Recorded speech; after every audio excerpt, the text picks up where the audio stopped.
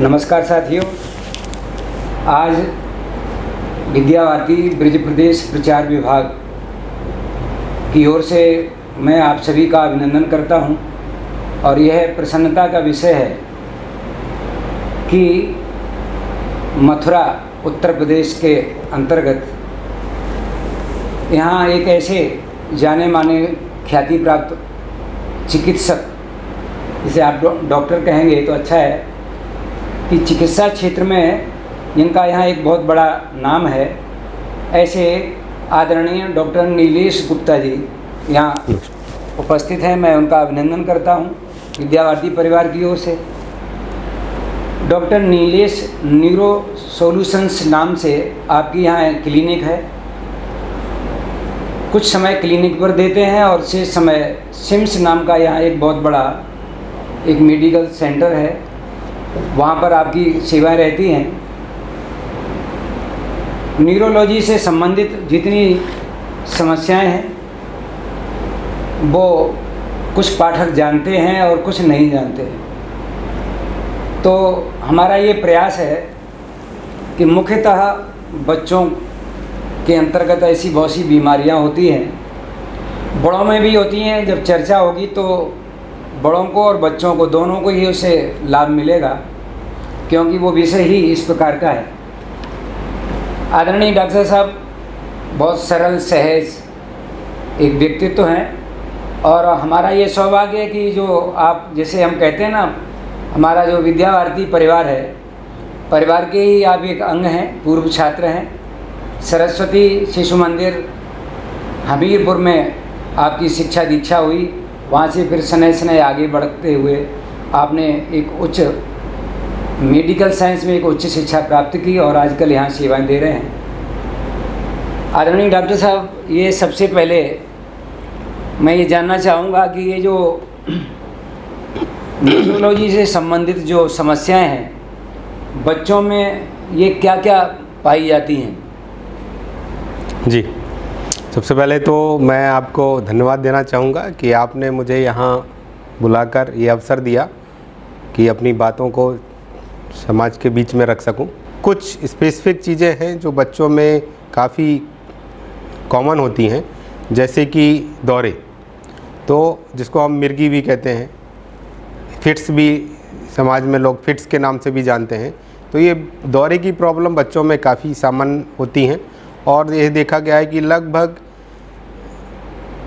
1% लोगों में, ये मिर्गी की 1% बच्चों में ये मिर्गी की प्रॉब्लम किसी न किसी रूप में देखी जाती है। तो मिर्गी है।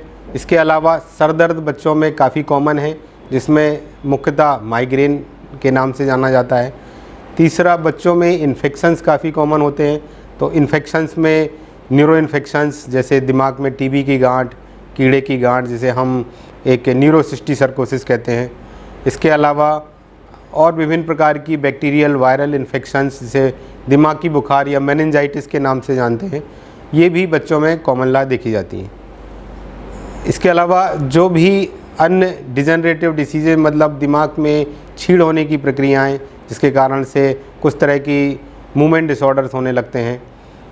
इसके अलावा डिमाइलिनेटिंग डिसऑर्डर, जिसमें कि दिमाग की नसों में जो एक न्यूरॉन्स के ऊपर एक परत होती है वो हटने लगती है, जिसको हम डिमाइलिनेशन कहते हैं। इस तरह की प्रॉब्लम भी बच्चों में रेयरली बट देखी जाती। तो मिर्गी जैसा रोग जो है ये बड़ा मतलब कष्टदायक है। मैंने भी कभी बचपन में देखा है एक मरीज को, तो जिसमें वो उस पर दौरा पड़ता था तो ये लगता था कि वो शायद जीवन और मृत्यु संघर्ष कर रहा है। जी, तो क्या ये मिर्गी रोग जो है अनुवांशिक है? या मिर्गी रोग, मिर्गी मतलब दिमाग की तरंगों का अनियमित अनकंट्रोल होना, क्षणिक रूप से मिर्गी कहलाता है। तो ये इसके कई तरह के कारण होते हैं। कारण में कुछ कारण डायरेक्ट होते हैं, जैसे कि कोई इन्फेक्शन हो जाए उसके बाद दौरे पड़ सकते हैं, किसी को चोट लग जाए उसके बाद दौरे पड़ सकते हैं, और किसी को दिमाग में कोई गांठ हो, जैसे बताया कि कोई टीबी की गांठ या न्यूरोसिस्टिसर्कोसिस, उसके कारण से भी दौरे पड़ सकते हैं। तो सबसे पहले हमारा उद्देश्य वो कारण जानना है कि बच्चे को दौरे क्यों पड़े। तो अगर कोई कारण मिलता है तो उसको हम अक्सर सिम्टोमेटिक सीजर कहते हैं, मतलब कोई कारण है जिसके कारण से दौरा आया। मगर ऐसा देखा गया है कि मिर्गी के जितने भी लोग हैं, पेशेंट हैं, उनमें लगभग 10 में 6 लोगों में कोई कारण नहीं निकल के आता है, जांच करने के बावजूद भी। तो उन लोगों को अक्सर हम ये माना जाता है कि कोई ना कोई पैदाइशी या जेनेटिक या आनुवांशिक कारण है जिसके कारण से उनको दौरे पड़ रहे हैं। तो जी हाँ, काफ़ी सामान्य जो बच्चों में दौरे होते हैं उनमें से लगभग 50 to 60% बच्चे में जो दौरे होते हैं वो आनुवांशिक कारणों से होते हैं। तो ये बात स्पष्ट हुई कि जैसे मिर्गी जैसा एक भयंकर रोग आनुवांशिक है, तो ये हमारा सबका ये कर्तव्य बनता है कि अगर कहीं इस प्रकार की स्थिति है किसी परिवार में, तो ये आनुवांशिक न बने आगे, इसके लिए हम ऐसे महान चिकित्सकों से मिलकर के परामर्श लें और वो वहीं की वहीं वो मतलब पीढ़ी दर पीढ़ी न जाए, इसके बहुत सारे उपाय हो सकते हैं और उसको करना चाहिए। तो ये आगे का विषय है। और इस समय एक डॉक्टर साहब, ये क्या ये मिर्गी जैसा रोग किसी विशेष आयु वर्ग में होता है, बच्चों में, बूढ़ों में, या इस प्रकार का? जी नहीं, मिर्गी का रोग किसी भी आयु वर्ग में हो सकता है और किसी भी जेंडर में, किसी भी लिंग में हो सकता है। तो लगभग बराबर रूप से ये देखे जाते हैं। बस ये थोड़ा सा हमारे सामाजिक स्थितियों के आधार पे अक्सर देखा जाता है कि चूँकि जो पुरुषों में जो प्रॉब्लम्स होती हैं वो ज़्यादा सामने आती हैं, बल्कि जो महिलाओं में है या बच्चियों में है उनको अक्सर लोग इलाज कराने में या उनको बाहर निकालने में, बताने में अक्सर संकोच करते हैं, सोशल स्टिग्मा के कारण कि लोगों को पता चल जाएगा कि बच्ची को दौरा है, तो उससे एक समाज में एक अलग नेगेटिविटी आती है। तो एक अक्सर मिर्गी को हमारे समाज में एक तरह से बुरी नज़र से देखा जाता है या एक दैवी प्रकोप के रूप में देखा जाता है। तो सबसे पहले तो जागरूकता का पहला जो प्रयास है वो यही है कि जागरूक करना कि मिर्गी कोई दैवी प्रकोप नहीं है। मिर्गी एक बीमारी है, वैसी ही जैसे कि दूसरी बीमारियां होती हैं, जैसे मलेरिया है, बुखार है, डेंगू है या बीपी है, शुगर है, जिनका हम इलाज का प्रयास करते हैं, जिनका हम परहेज करते हैं। उसी तरह से मिर्गी भी एक बीमारी है जिसका पूर्णतः इलाज हो सकता है। ऐसा देखा गया है लगभग 70% मिर्गी सिर्फ दवाई के द्वारा पूरी तरह से कंट्रोल रहती है और वो मनुष्य, बच्चा या बच्ची, वो जीवन भर एक नॉर्मल मनुष्य की तरह वो सब अर्जित कर सकता है, वो सब गेन कर सकता है, वो सब अचीवमेंट ले सकता है जो कि एक आम आदमी करता है, बशर्ते उसके दौरे पूरी तरह से कंट्रोल हों। और इनका एग्जाम्पल कुछ बड़ी हस्तियां हैं, जैसे डार्विन को मिर्गी के रोग था, जो कि इसी तरह से सिकंदर को मिर्गी थी। तो अगर सिकंदर दुनिया जीत सकता है तो आपका बच्चा भी वो सब कर सकता है। बहुत अच्छा है।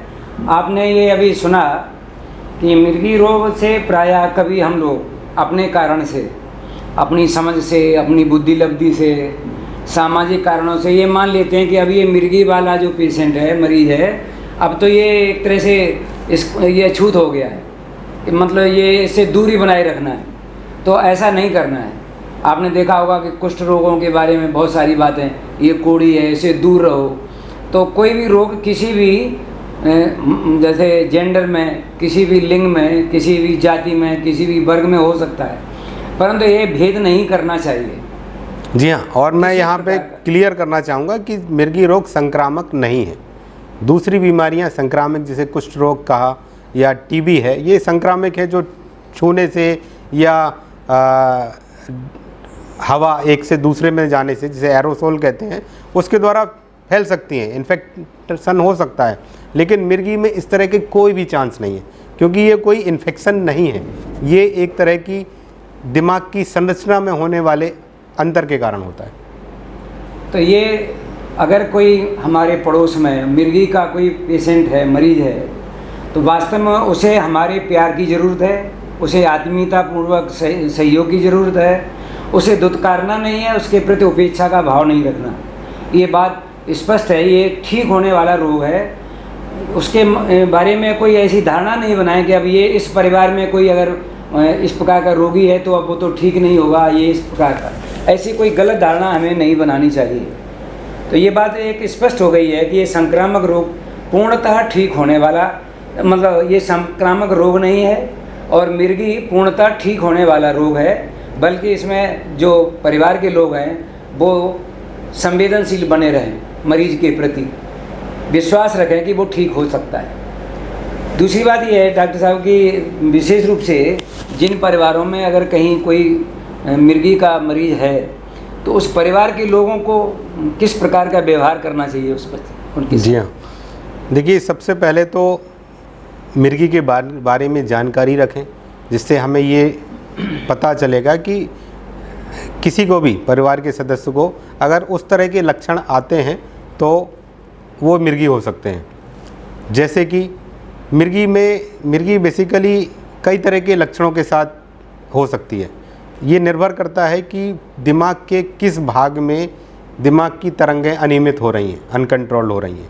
तो इसमें सिर्फ एक जो कॉमन एक जागरूकता है कि ख़ासतौर से अक्सर टीवी में देख के, या जिसको हम जनरलाइज सीजर कहते हैं, जिसमें कि अक्सर अचानक आदमी बेहोश हो जाता है, हाथ पैर फेंकने लगता है, मुंह से झाग आता है, जीभ कट सकती है, पेशाब छोड़ सकता है, इसके बाद उसका अपना संतुलन और सेंस चला जाता है। ये एक सबसे कॉमन प्रकार की मिर्गी है। इसके अलावा भी बहुत तरह की मिर्गियाँ होती हैं। टाइप्स की बात करें तो लगभग 40-50 तरह की प्रकार होते हैं जो मिर्गी हो सकते हैं। तो वो जानना भी ख़ास तौर से बच्चों में, जैसे कि कई बार बच्चे पहले काफ़ी अच्छा कर रहे थे स्कूल में, अक्सर जो पेरेंट्स प्रेजेंट करते हैं, उसके बाद अचानक कहते हैं कि बच्चा अब वीक हो रहा है, अब ध्यान नहीं दे रहा है, पढ़ने में पीछे हो रहा है, कंसंट्रेट नहीं कर रहा है। तो ये भी कई बार कुछ मिर्गी का कारण हो सकता है। इसमें क्या होता है कि दिमाग की तरंगें डिस्टर्ब होने लगती हैं, जिसमें स्पेशली जेनेटिक एपिलेप्सीज कॉमन है, जिसमें धीरे धीरे उसकी लर्निंग एबिलिटीज़ कम होने लगती है। इसके अलावा बच्चों में कुछ तरह की ऐसी प्रॉब्लम्स होती हैं कि अचानक बच्चा बैठे बैठे खाना खा रहा है और कुछ सेकंड के लिए रुक जाता है, एकटक देखता रहता है, खाना खा रहा है हाथ छोड़ देता है, अचानक सामान गिराने लगता है। तो ये भी एक मिर्गी का प्रकार होता है, क्षणिक, जिसको हम एब्सेंट सीजर कहते हैं, मतलब कुछ समय के लिए उस समय से एब्सेंट हो जाता है वो। तो ये भी मिर्गी है। इसके अलावा बच्चे कई बार सडन ड्रॉप अटैक्स कहते हैं, या अचानक गिर जाते हैं, खेलते खेलते अचानक बैलेंस ख़त्म हो जाता है और वो गिर जाते हैं। तो ये भी मिर्गी का एक प्रकार है। तो कई तरह की मिर्गी के प्रकार होते हैं, जिसमें सही प्रकार को डायग्नोस करके उसके अनुरूप सही दवा को सही डोज में चलाकर अगर हम रेगुलर फॉलो करें तो उसको कंट्रोल किया जा सकता है। तो एक अभिभावक के नाते हम सबका ये दायित्व है कि ये सावधान रहें कि हमारे बालक या बालिका में, परिवार में कोई भी सदस्य हो सकते हैं कि जो उनका जो सामान्य व्यवहार है उसमें कहीं परिवर्तन तो नहीं हो रहा। जैसे डॉक्टर साहब ने बताया, अगर कहीं आपको ऐसा लगता है कि सामान्य से कुछ अलग प्रकार से इनकी जो आदतें विकसित हो रही हैं, स्वभाव बन गया है, तो उनको निश्चित ही एक अच्छे डॉक्टर के पास हमको ले जाके परामर्श करना चाहिए। एक बात यह है कि आदरणीय डॉक्टर साहब की अभिभावकों की ये बातें हैं, परंतु ऐसे ही बच्चों का भी, परिवार के अन्य जो सदस्य उनका भी ये दायित्व, वो क्या क्या सावधानी रखें कि मिर्गी जैसे रोग हम कहीं ग्रसित ना हो जाए उनसे। तो पूर्व सावधानियां क्या क्या हो सकती हैं? जी हाँ, देखिए मिर्गी अगर वो जेनेटिक है, आनुवांशिक है, तो उसमें कोई सावधानी काम नहीं करेगी। वो चूँकि आनुवांशिक है तो उसके लक्षण जिस उम्र में आएंगे वो आएंगे, तो उसको हम रोक नहीं सकते हैं। लेकिन दूसरी कंडीशंस, जैसे कि जिसको हम सिम्टोमेटिक सीजर कहते हैं, या जिसका कोई कारण है, सपोज किसी को चोट लगी, उसके बाद उसको मिर्गी डेवलप हो गई, तो हमें उन सब सावधानियों का ध्यान रखना होता है। वो सब सावधानी लेनी होती है जो कि तरंगों को बढ़ाती हैं या उनमें स्ट्रेस करती हैं। जैसे कि नींद का पर्पज़ हमारी नसों को शांत करना है। रिलैक्स करना है। तो अगर नींद प्रॉपर नहीं होगी तो वो दिमाग की नसें ज़्यादा उत्तेजित रहती हैं और दौरे आने की संभावना ज़्यादा रहती है। तो मिर्गी के सभी मरीज़ों को एक अच्छी नींद 6 से 8 घंटे की लेने के लिए एडवाइस किया जाता है। इसके अलावा प्रॉपर बैलेंस डाइट, ताकि कभी न्यूट्रिशन की कमी ना हो।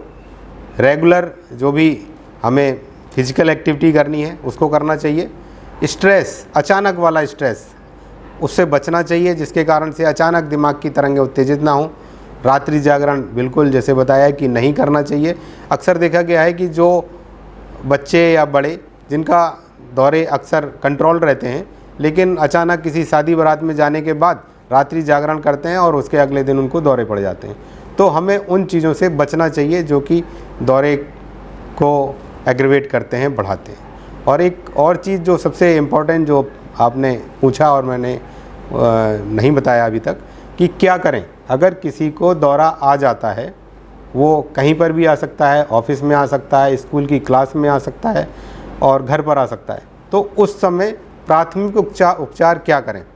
तो इस कंडीशन में जब भी किसी बच्चे को या बड़े को दौरा आए तो सबसे पहले उसको लिटा दें एक प्रॉपर रिलैक्सिंग पोजीशन में, और लिटाने के बाद उसको एक करवट में लिटा देते हैं, राइट लेटरल या लेफ़्ट लेटरल, सीधे या उल्टे साइड में, ताकि जो भी अक्सर जब दौरा आता है तो कंपन होते हैं। तो कंपन के कारण से कई बार मुंह से लार ज़्यादा बहती है, जिसे हम झाग कहते हैं। तो झाग अगर सीधे करवट से लेटा होगा तो वो लार बाहर चली जाएगी और वो सीधे फेफड़ों में नहीं जाएगी। इसके कारण से जो एस्पिरेशन होता है या एक सीरियस प्रॉब्लम हो सकती है दौरे के कारण, उससे हम बच सकते हैं। तो एक करवट दिलाएं। दूसरा, जहाँ पर भी दौरा है, ये क्लास में है, तो सबसे पहले आसपास की चीज़ें जो नुकीले वस्तुएं हैं, जो कुर्सियां हैं, टेबल हैं, उनको दूर कर दें ताकि चोट ना लगे बच्चे को, क्योंकि वो हाथ पैर फेंकता है, उस समय उसको चोट लग सकती है, सर में चोट लग सकती है।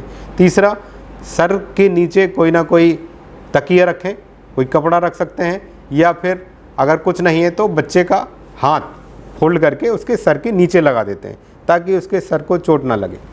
चौथा, बच्चे अक्सर स्कूल में हैं तो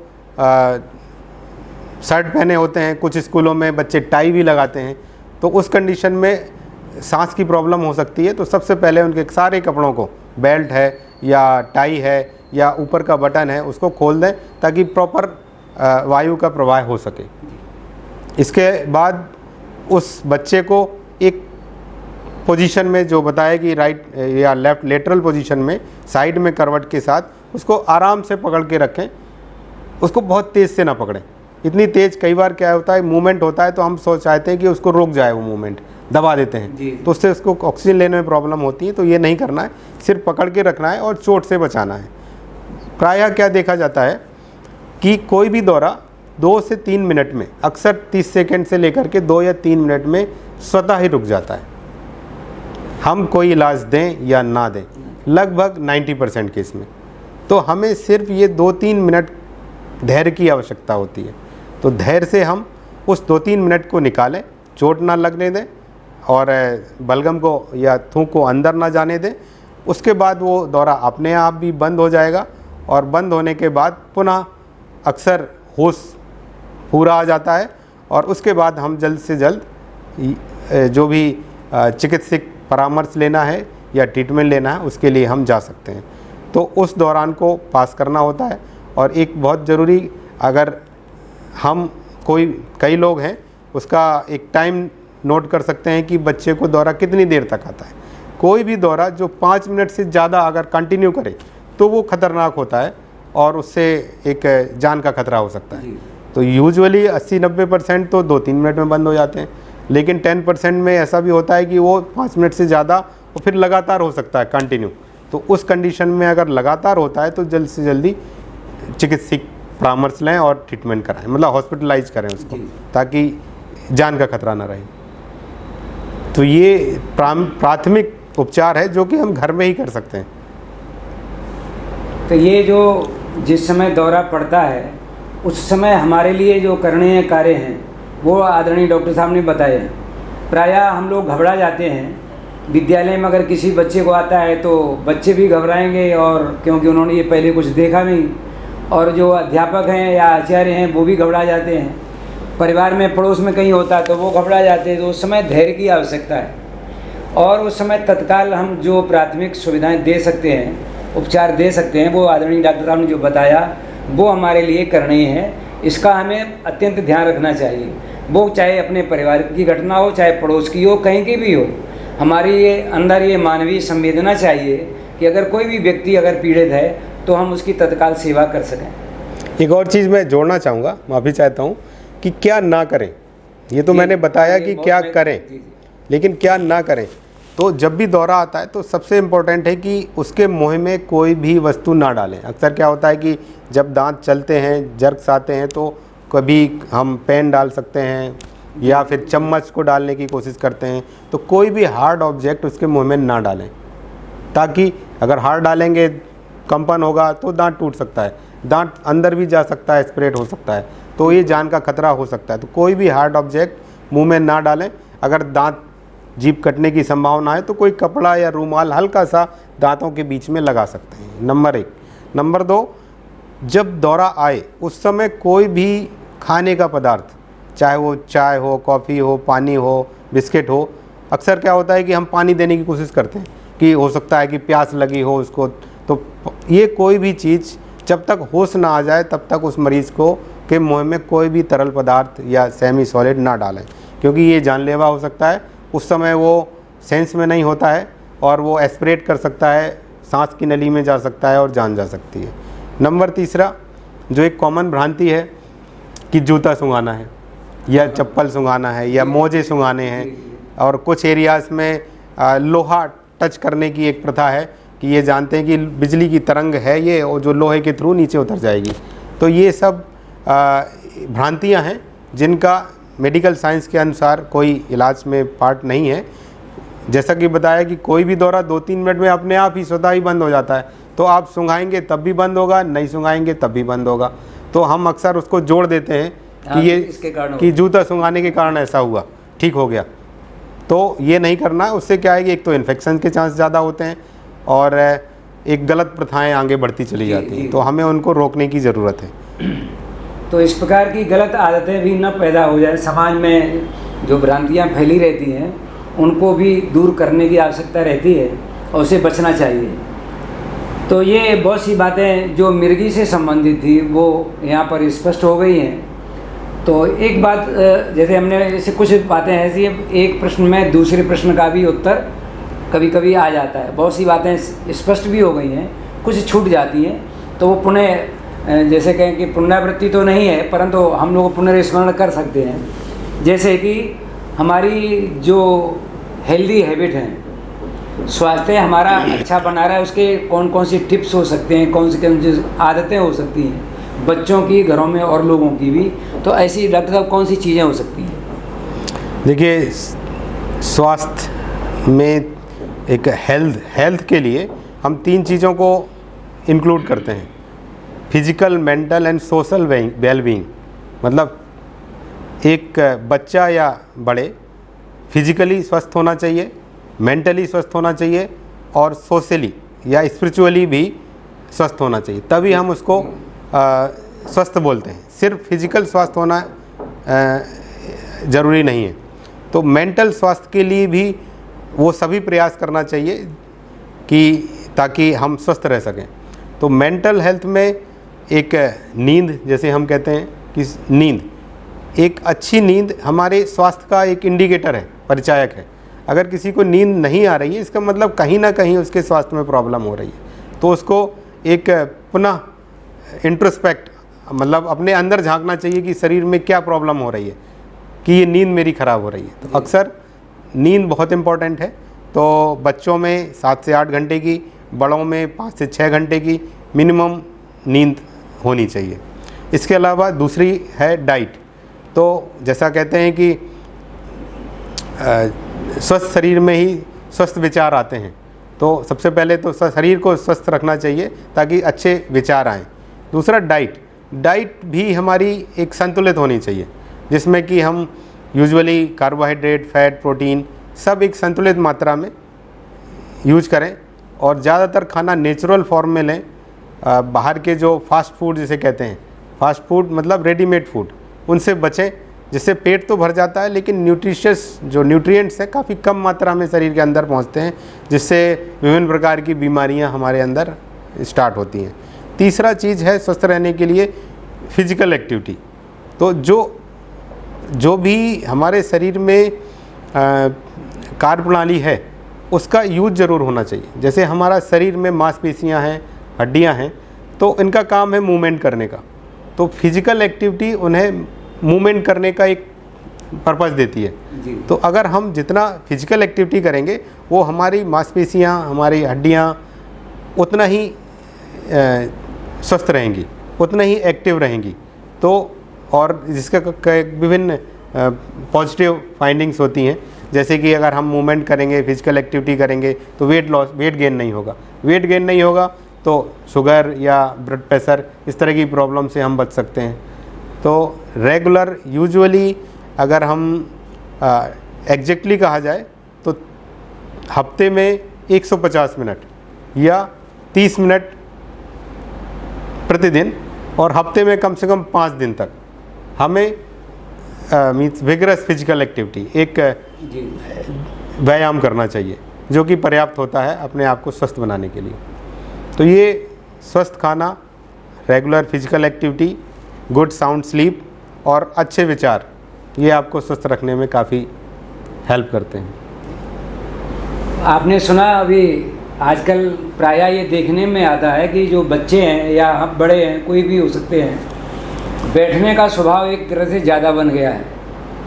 घर में बच्चा जब प्रातःकाल उठता है तो प्रातःकाल ही ट्यूशन जाना, वहाँ जाके बैठना है, फिर ट्यूशन के बाद लौट गया, जैसे जैसे जलपान किया या जलपान नहीं भी किया तो तुरंत गया और बस में बैठा, वाहन में बैठा, चला गया विद्यालय।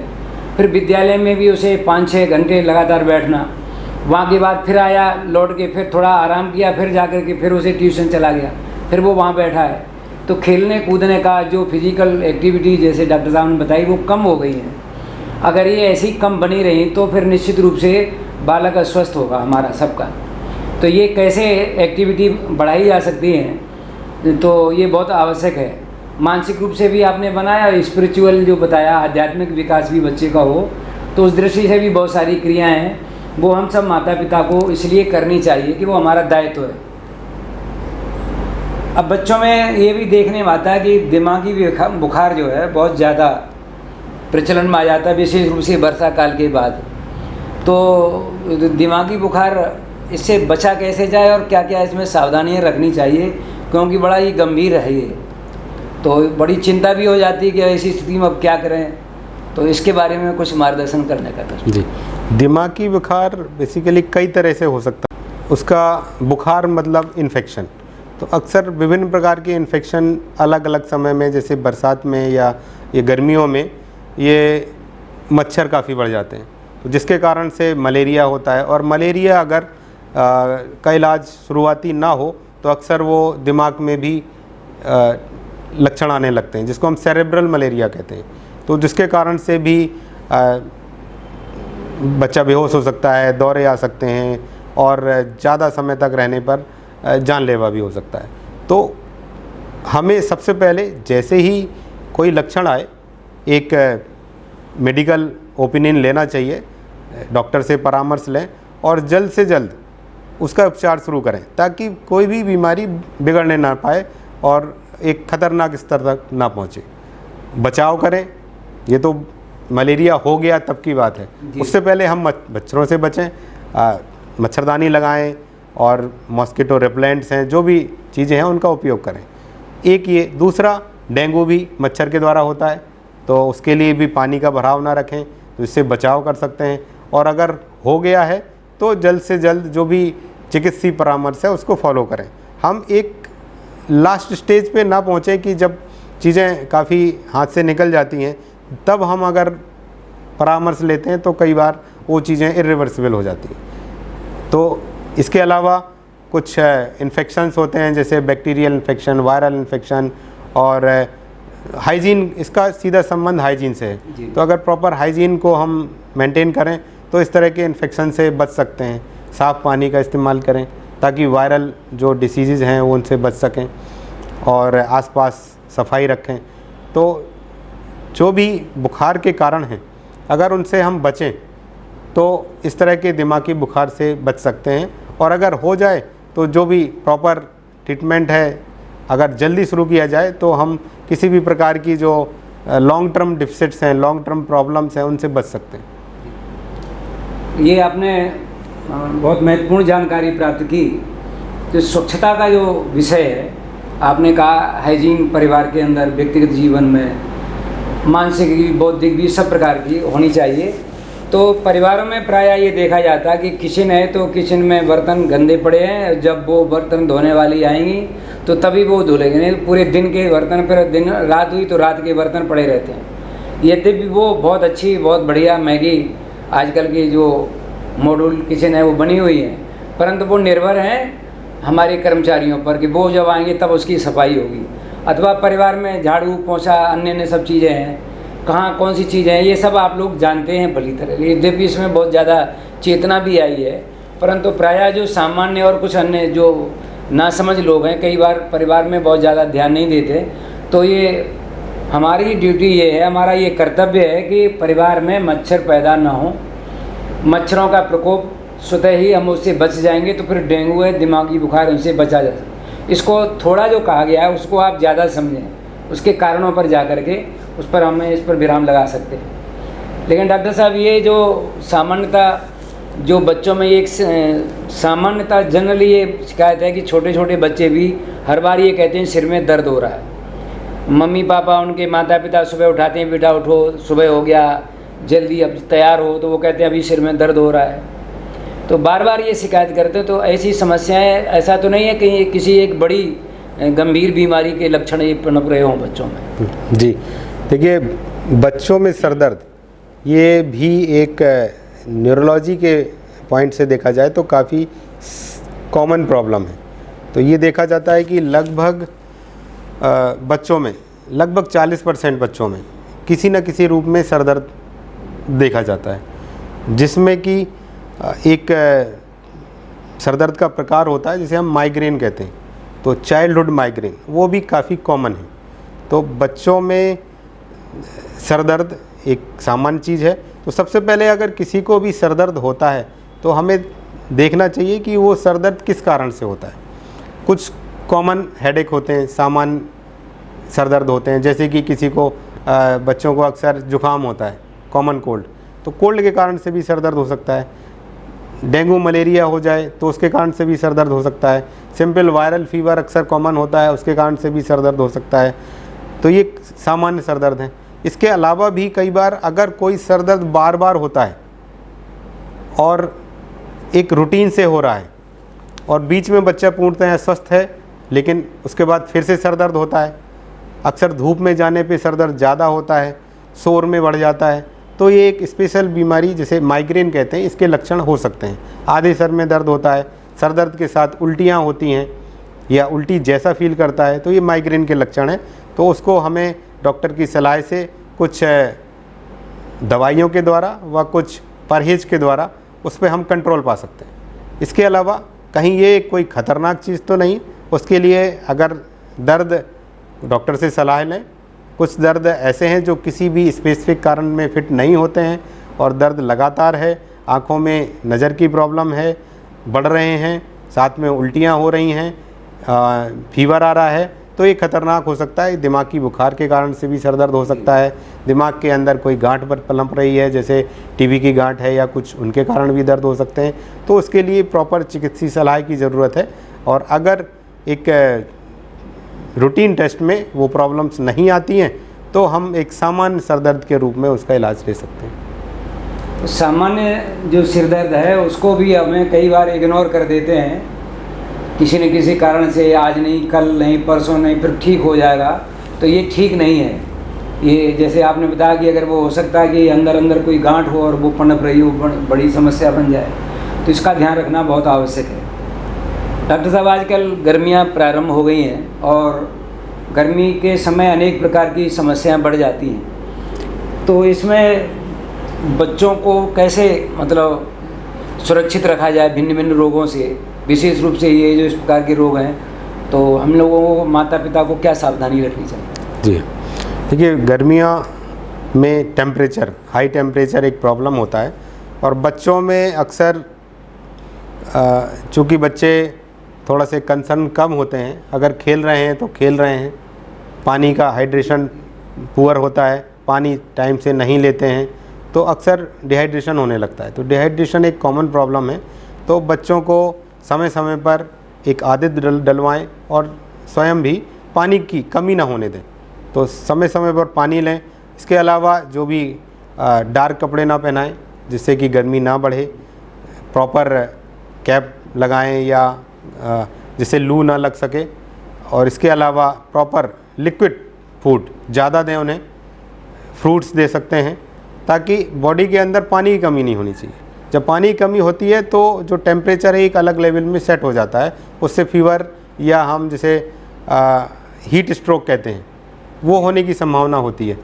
तो अगर हम हाइड्रेशन मेंटेन रखते हैं तो इसकी संभावना कम होती है काफ़ी। तो proper diet, liquid diet, time to time पानी का ज़्यादा पीना और बहुत हाई जो टेम्परेचर वाले एरिया से है या बहुत लू वाली जगह से थोड़ा बचना चाहिए बच्चों को। तो ये हमारा अंतिम प्रश्न था, क्योंकि ये गर्मियों से संबंधित विषय है और आप लोग भी उसको प्रयोग करते हैं, हम लोग भी पहले करते थे। डॉक्टर साहब, ये केवल अंतिम प्रश्न है। और जैसे आपने एक शब्द सुना हुआ सत्तू, और गाँव में कहते हैं सतुआ। मक्का के सत्तू होते थे, तो वो खरीफ की फसल के समय वर्षा काल में, और उसके बाद में फिर जैसे गेहूं है, जौ है, इसके सत्तू हैं वो गर्मियों में प्रायः चलते हैं। तो ये जब लेते थे तो पहले गांव में या शहरों में ज्वार और इसके सत्तू लेने के बाद फिर वो ऐसा अनुभव करते थे, बार्ली कह सकते हैं उसको, कि वो ठंडक अनुभव करते हैं जी। तो ये ऐसी कुछ चीज़ें भी हो सकती हैं कि प्रातःकाल बच्चों को, जैसे आपने कहा कि फास्ट फूड दे देते हैं, उनसे बच करके जो सत्तू जैसी चीज़ घोल करके लिक्विड में, उसमें हम छाछ डाल सकते हैं या दही डाल सकते हैं, तो वो दे सकते हैं जी। और मैं समझता हूँ कि जो सीजनल फल हैं, ककड़ी है, खरबूजा है, तरबूज है, जो आजकल चल रहे हैं, ये भी समय समय पर दिए जाएँ तो ठीक रहेगा। जी हाँ, ये स्वास्थ्यवर्धक भी हैं, हाइड्रेशन भी मेंटेन करते हैं, और हम सत्तू के रूप में कहें तो प्रोटीन, एक हाई रिच प्रोटीन आपके शरीर के अंदर पहुंचती है। और जब प्रोटीन अच्छी होती है, हाइड्रेशन मेंटेन रहता है, तो शरीर की इम्यूनिटी अच्छी होती है। इम्यूनिटी अच्छी होती है तो बीमारियां दूर रहती हैं और जल्दी बीमारी नहीं पकड़ती। तो ये सब चीज़ें अच्छी हैं जिनको हमें व्यवहारिक करना चाहिए। आज मतलब हमारे जो श्रोता बंधु हैं, आप सभी ने समय दिया, और आप, यद्यपि रुचि का विषय है, बहुत अच्छा विषय है, बच्चों से संबंधित है, हमारे सबके स्वास्थ्य से संबंधित है, परंतु समय का बहुत बड़ा अभाव है। आदरणीय डॉक्टर साहब ने इतना समय दिया। मुझे ये चिंता है कि वहाँ जो पेशेंट बैठे होंगे आपकी क्लिनिक पर, वो बहुत बेचैन होंगे, इसलिए मैं हृदय से उन जो अभिभावक हैं, मरीजों के माता पिता हैं, उनसे, मरीजों से, और विशेष रूप से मैं उनसे क्षमा याचना के साथ डॉक्टर साहब से भी ज़रूर आभार व्यक्त करता हूँ कि आपने समय दिया, क्योंकि ये जो ऐसा कार्य है कि कब इमरजेंसी कॉल आ जाए पेशेंट की ओर से कि हमें परेशानी है, लेकिन आदरणीय डॉक्टर साहब ने इतनी सरलता से हिंदी विषय में ही सारी बातें कही, बड़े सरल सहज वार्ता में। प्रायः वार्ताएँ बहुत होती हैं तो उसमें अंग्रेजी के शब्द जब ज़्यादा होते हैं तो एक सामान्य जो श्रोता हैं वो समझ नहीं पाते, और मिर्गी जैसा रोग, मानसिक इस प्रकार की जो चीज़ें हैं, उनसे आपने बहुत सरल सहज ढंग से बताई हैं। इसके लिए हम सभी आपका आभार व्यक्त करते हैं और ये आशा करते हैं कि समय समय पर इस प्रकार की वार्ताएं जब और आवश्यक लगेंगी तो आपकी ओर से जी बिल्कुल, जब भी आप बुलाएंगे। सभी का धन्यवाद, आभार।